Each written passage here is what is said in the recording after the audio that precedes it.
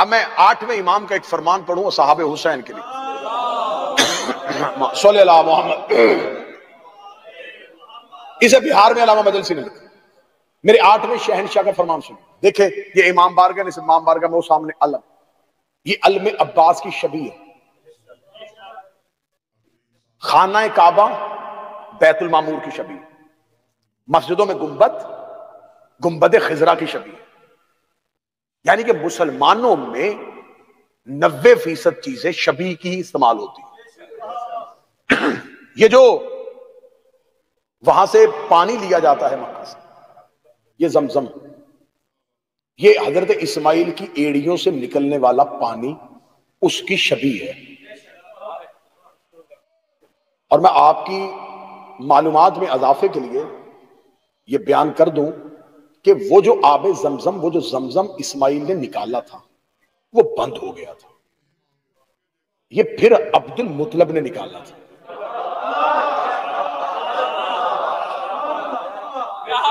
شاہ زمزم کو بند کر دیا گیا تھا. حضرت عبد المطلب نے اپنے 10 بیٹوں کے ساتھ زمزم کے کنویں کو کھودا تھا اور اس میں سے تبرکات نکالے تھے اور پانی جاری کیا تھا. یہ جو آج مسلمان تبرک کے طور پہ لے کے آ رہے یہ اسماعیل والا نہیں ہے. مولا حسین دے یہ علی اور رسول کے دادا کا نکالا ہے.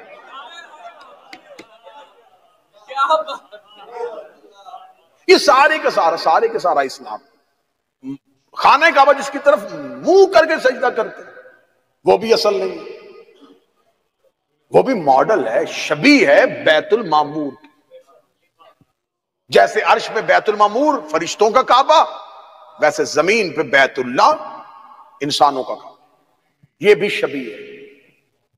اور یہ جو منبر مسجدوں میں رکھا جاتا ہے یہ منبر بھی شبیہ ہے.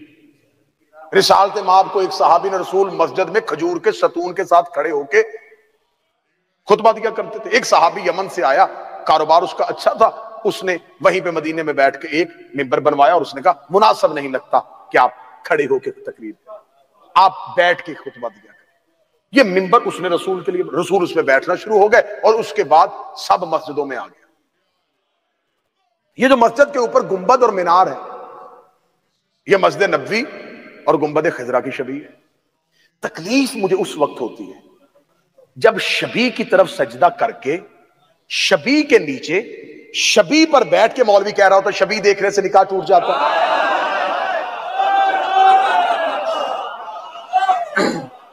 شبیہ کو سجدہ کر کے شبیہ کے نیچے اور شبیہ کے اوپر بیٹھ کے. یہ جتنی بھی چیزیں ہیں یہ اشباہ ہیں، یہ شبیہ ہے. آج جو مسلمان جو جانور ذبح کرتے ہیں اس بکرے کی، اس دمبے کی، اس مینڈے کی عزت شبیہ. اب شبیہ سمجھ میں آ گئی ہے تو اب شبیہ جو ہے یہ وہ ہے جس سے اصل یاد آئے.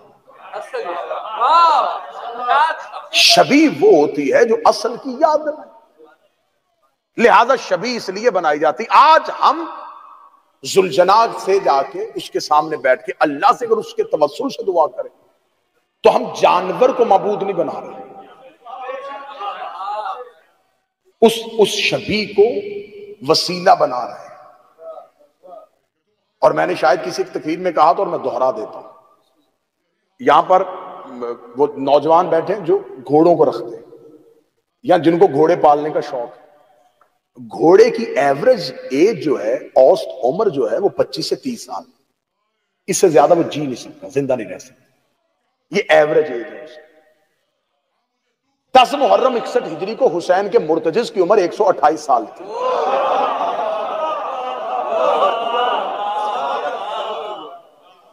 جن بندوں نے ہاتھ اٹھائے ان کا میں شکریہ ادا کرتا ہوں، اور جو تھوڑا سا پریشان ہوئے انہیں میں ایک تحفہ اور دیتا ہوں. آپ 128 سن کے پریشان ہو گئے، آج 1528 سال ہے.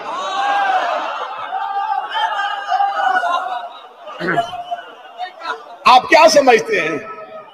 مر چکا ہے حسین کا رہوار، بیت العتیق میں کھڑا 12ویں کا انتظار کر رہا. اور اہل سنت کے رائٹر راغب اصفہانی نے لکھا تھا، اس نے اہل بیت کے اور آل محمد کے ہاں جو جانور تھے ان کی فضیلتیں لکھی تھی. اور مجھے اب یہاں پر جملہ یاد آ گیا، ریڈیو پاکستان میں تقریر کر رہے تھے علامہ رشید ترابی صاحب. رشید ترابی صاحب نے شب عاشور کی تقریر کرتے بڑا خوبصورت جملہ کہا تھا، جملہ آج بھی باز گشت کی صورت میں گونج رہا ہے.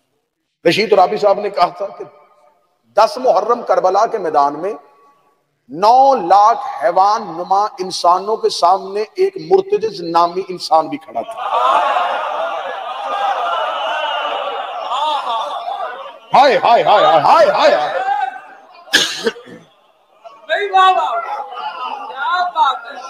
اب راغب اصفہانی نے لکھا اپنی کتاب میں، انہوں نے کہا کہ 10 محرم حسین گھوڑے کی سین پہ نہیں، فرشتے پہ سوار تھے.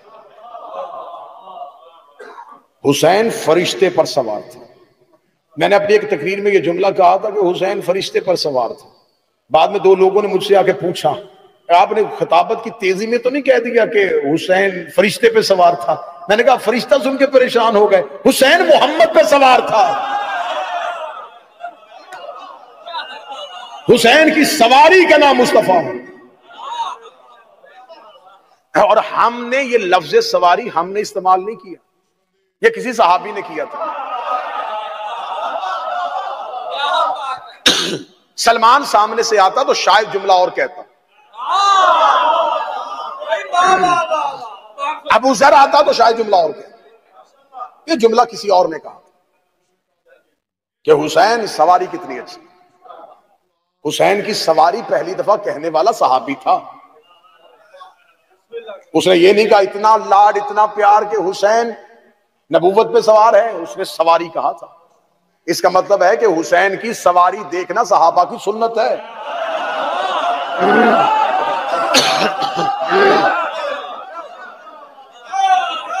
یہ پہلی دفعہ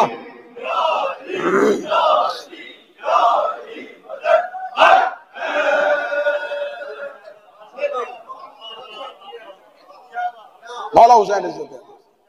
اب شبیہ سمجھ میں آئی نا. اب میں 8ویں امام کا فرمان پڑھوں. میرے 8ویں شہنشاہ، بہار میں علامہ مجلسی نے اس فرمان کو کوٹ کیا. میرے 8ویں شہنشاہ کہتے پوری کائنات میں حسین کے اصحاب کی شبیہ بھی نہیں ہے.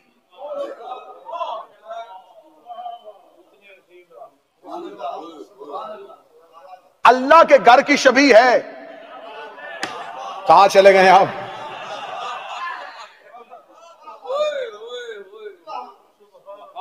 عباس علی کی شبیہ ہے، اکبر مصطفیٰ کی شبیہ ہے. اور میرا 8واں امام فرماتا ہے کہ اللہ کی کائنات میں صرف اصحاب حسین ہیں جن کی کوئی شبیہ بھی نہیں ہے. اس کو آسان لفظوں میں کہوں تو میرا 8واں امام کہتا ہے کہ اللہ کی کائنات میں کوئی حر جیسا بھی نہیں ہے. تو اب سطر میرے یہاں سے نکل کے یہاں آ گیا، میں واپس نہیں لے کے جانے والا. میرا 8واں امام فرماتا ہے کہ اللہ کی کائنات میں کوئی حر جیسا نہیں ہے. پھر غیرت کر، جب کوئی حر جیسا نہیں تو کوئی عباس جیسا کیسے ہو سکتا؟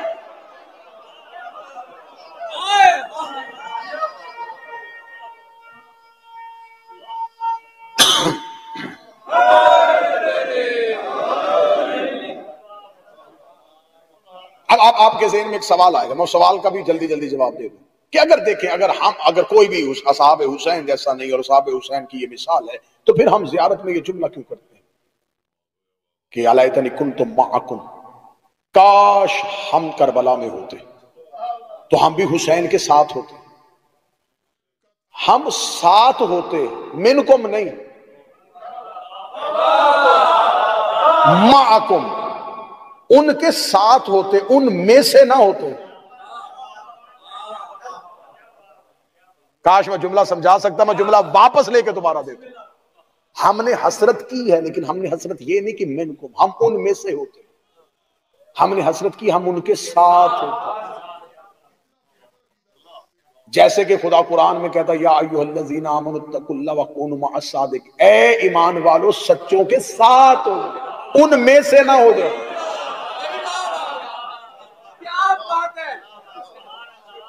اب اگر آپ بیدار ہیں تو پھر میں جملہ کہنے لگا ہوں. حر لشکر یزید کے ساتھ تھا، لشکر یزید میں نہیں تھا.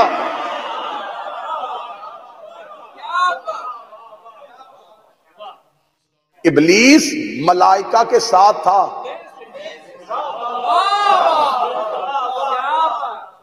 میں سے نہیں تھا.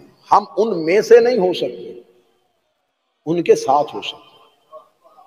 تو ان کے ساتھ کی دعا معصوم نے ہمیں کیوں تعلیم دی؟ معصوم نے ہمیں یہ کیوں کہا کہ تم حسرت کا اظہار کرو گے کاش ہم کربلا والوں کے ساتھ ہوتے؟ تاکہ ہمیں یہ نہیں کہ ہم اپنی منزلت بڑھائیں، ہم اپنی عزت بڑھائیں کہ ہم ان کے ساتھ ہوتے، نہیں، ہمیں اپنی حیثیت کا پتہ چلے،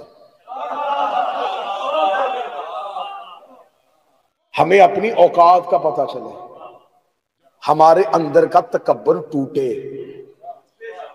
ہمارے مزاج کا غرور بدلے.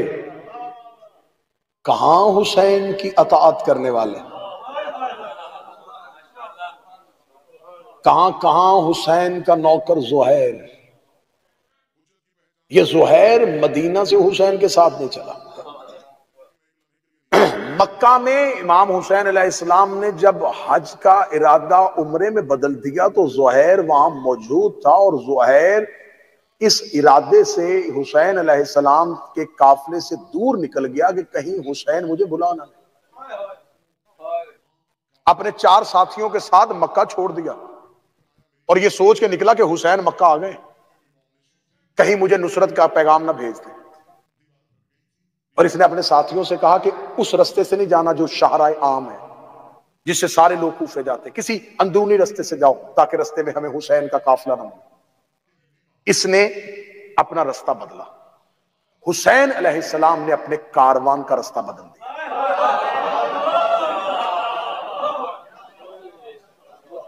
زہیر جنگلوں میں چلا گیا اور حسین کا کاروان پیچھے. اب میں سطر پڑھنے لگا ہوں. یہ پہلا دریا تھا جو پیاسے کو لینے جا رہا تھا.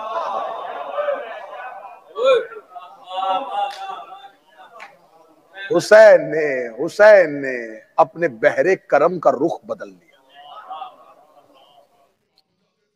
زہیر اپنے 4 ساتھیوں کے ساتھ اور اپنی زوجہ کے ساتھ خیمہ لگایا ہوا اور بیٹھا ہوا ہے، کھانا کھا رہا ہے، اور ایک زانو تہ کیا اور ایک زانو اٹھایا ہوا، گردن جھکا کے نوالا ہاتھ میں تھا اور لقمہ ہاتھ میں اور منہ کے درمیان تھا.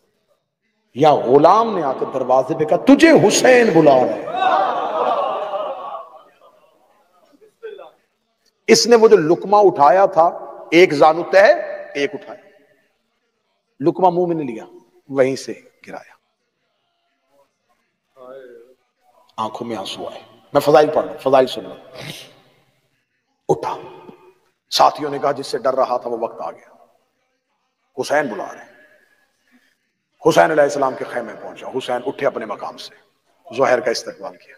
زہیر اس رستے پہ کیوں آیا؟ میں تمہیں لینے کے لیے یہاں تک آیا ہوں. زہیر میں چاہتا ہوں کہ تم میرے ساتھ شامل ہو. زہیر نے امام حسین کی طرف دیکھا اور دیکھ کے کہا میں ہی کیوں؟ میں نے کہا تھا کہ میں روز ایک امتیاز پڑھوں گا، ایک فرق پڑھوں گا. اصحاب حسین میں کوئی انفرادیت تھی. زہیر نے کہا میں ہی کیوں؟ ہزاروں کو مکے چھوڑ کے آیا، وہ روکتے رہے اور تو نہ رکا. میں آپ سے بچ رہا تھا، آپ کی نظر مجھ پہ ہی کیوں ٹھہری؟ میں ہی کیوں؟ اب جملہ اگر رخ بدل گیا تو پھر مجھے مصائب مجبوراً پڑھنا پڑے گا، لیکن میں انفرادیت پڑھنے لگا. حسین نے کہا کہ زہیر تمہیں یاد ہے جب مدینے میں، کیونکہ زہیر وہ صحابی ہے جس نے پہلی خلافتوں کی بیعت بھی کی تھی، پہلی 3 خلافتوں کی بیعت بھی کی تھی، پھر مولا علی کی بیعت میں بھی آ گیا تھا. مولا علی کو بحیثیت خلیفۃ المسلمین مانا تھا اسے. زہیر نے کہا میں ہی کیوں؟ حسین نے کہا تمہیں یاد ہے کہ جب پہلی خلافت کا دور تھا تو مسجد نبوی میں بیٹھا ہوا تھا اپنے قبیلے کے لوگوں کے ساتھ. تمہیں تیرے قبیلے کے لوگوں نے کہا تھا کہ زہیر تو زیرک بھی ہے، سمجھدار بھی ہے، تو بتا کہ یہ جو دربار میں مسئلہ ہوا ہے نبی کی بیٹی اور خلیفہ کے درمیان، تیرا اس میں کیا فیصلہ ہے؟ تو نے مسجد نبوی میں بیٹھ کے اپنے قبیلے والوں سے کہا تھا کہ میں گواہی دیتا ہوں کہ فاطمہ حق پہ ہے.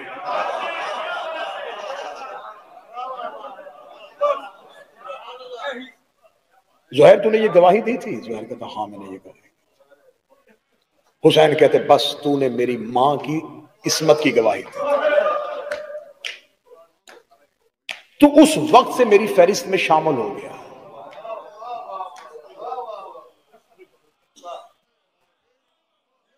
اب میں ہر روز ایک صحابی کی صفت پڑھوں گا تو انفرادیت ایک نظر آئے گی۔ حسین کے لشکر کا انتخاب حسین نے نہیں، فاطمہ نے کیا۔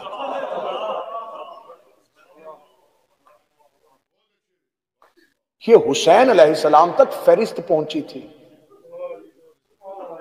کہ ان کو بلاؤ۔ یہ انتخاب فاطمہ تو زہرا تھا۔ حر کے پیشانی پہ زہرا کا رومال کیوں آیا؟ حر کی پیشانی پہ زہرا کا رومال کیوں؟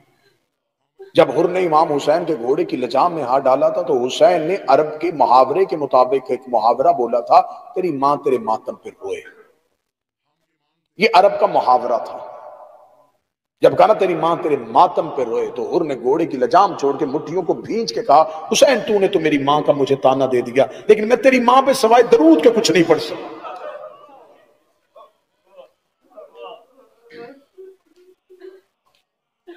اس نے جناب زہرا کی عظمت کی گواہی دی۔ 2 محرم تک حر حسین کی فہرست میں نہیں تھا، ادھر گواہی دی، ادھر یہ فہرست حسین میں، کیونکہ کربلا کی جنگ حکومت تخت تاج کے لیے نہیں ہو رہی تھی، حق زہرا اور حق علی کے لیے ہو رہی تھی۔